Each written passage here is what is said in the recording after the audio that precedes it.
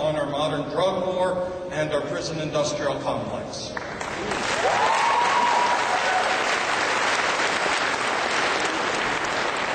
First of all, by way of disclosure, never smoked, never did drugs, but I'm for legalization of marijuana. That's number one.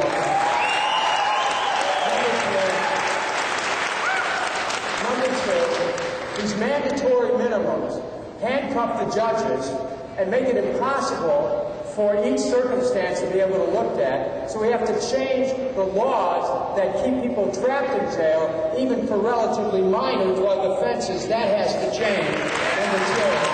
Number two. We were talking about this at dinner, and that is, we have to start looking at drug abuse as a health issue, even more than criminal justice issue. We have so many people who need help. We have a society. This is a tough society. I mean, it really is. You know, this society is really rough on people.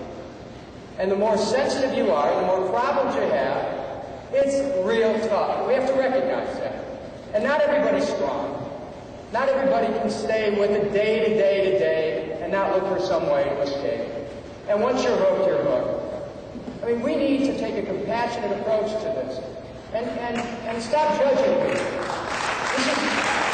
judging people.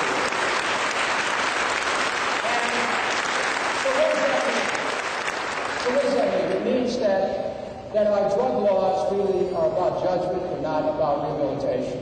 It means that we need to change our healthcare system. And this is where this universal not-for-profit system comes in.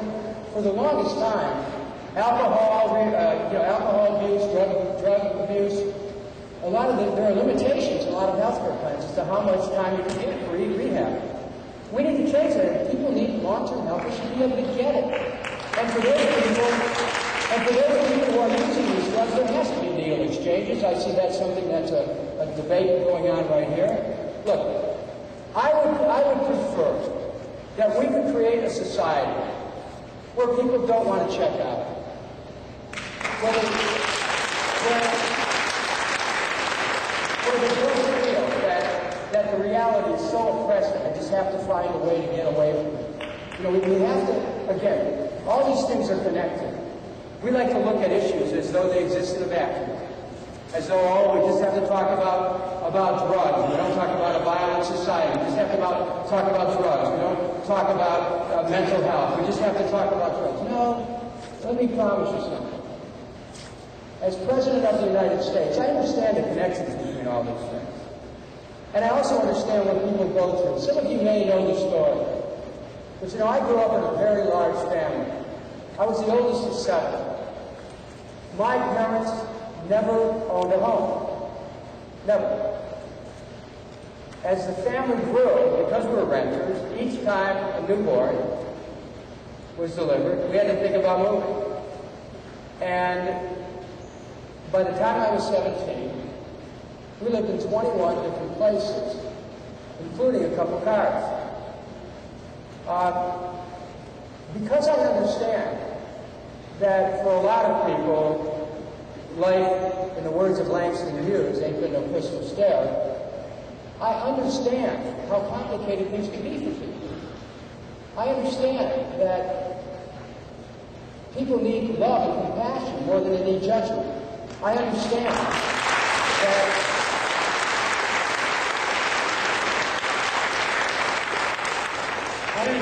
that the government has to be sensitive to what life might bring to people.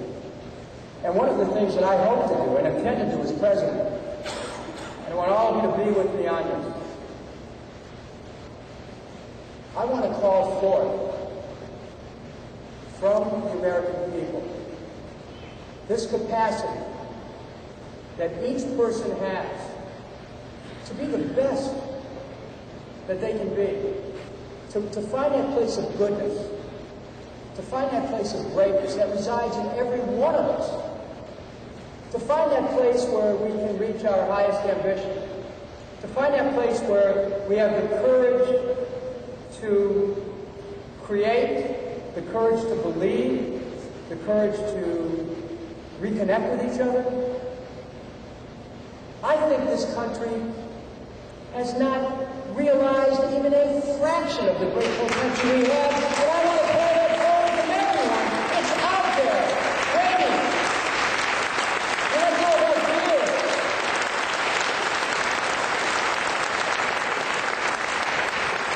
I believe I'm next. Thank you for speaking with us today, Mr.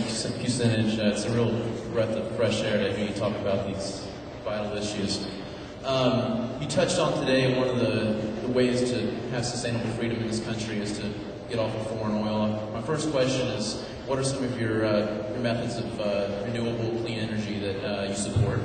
And my second question is sort of my own personal curiosity. I noticed that the past couple State of the Union addresses that I've watched, you're able to get one of those coveted spots right as the president's coming out into the auditorium that you have to wait for a few hours to get. And I noticed that you put your hand on his shoulder and you say something. I'm just, what do you say to the president?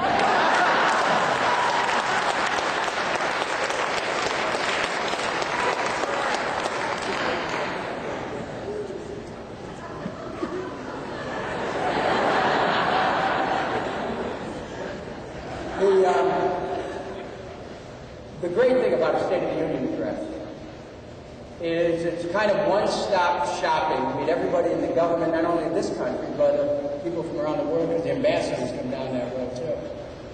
And so, 10 years ago, I made it a point to, and you don't always have to get there early, because I'm kind of, 135 pounds, and I kind of scoot in there, and I find a way to slip in wherever I'm at a given moment and be there at the end of the program. So I get a chance to meet everyone. And after a while it works, because when you pick up a phone and you call an ambassador in Ecuador and you say that somebody can't get their car out of the country, and he then calls the government there and somebody's car is released so that they can drive back north. These are kind of small things. Somebody was in prison in Syria. I picked up a phone and found that he had been in prison under false circumstances, got somebody out of prison, because I meet these ambassadors from around the world, and it's helpful. And then I meet members of the cabinet. It's good to know them. And members of the Senate come the way. So, that's the first thing. But let's talk about the president. It's well known that President Bush and I have our differences of opinion. And I want to assure you that none of this is ever personal, because I think we have to have the capacity, not just in our interpersonal relations, but our relations among nations, to try to always use a sense of diplomacy.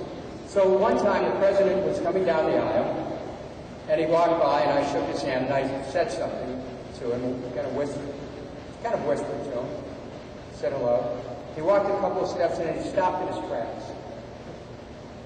And he came back, and he looked at me, and he said, Dennis, what did you say? And I said, Mr. President, I wish you peace. And I meant it. Because and his response was, he says, thank you, Dennis. He says, I know that you mean that. And I meant it. And I think that under all circumstances, we have to, in the moment, always be ready to reconcile with people with whom we have the most powerful disagreements.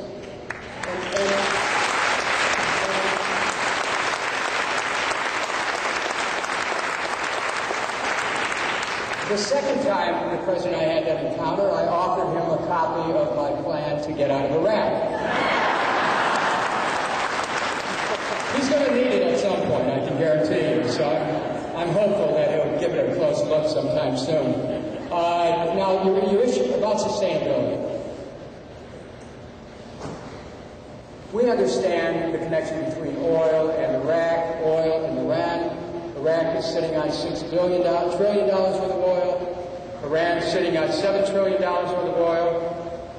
We know that our international policies have been aggressive towards countries that have oil.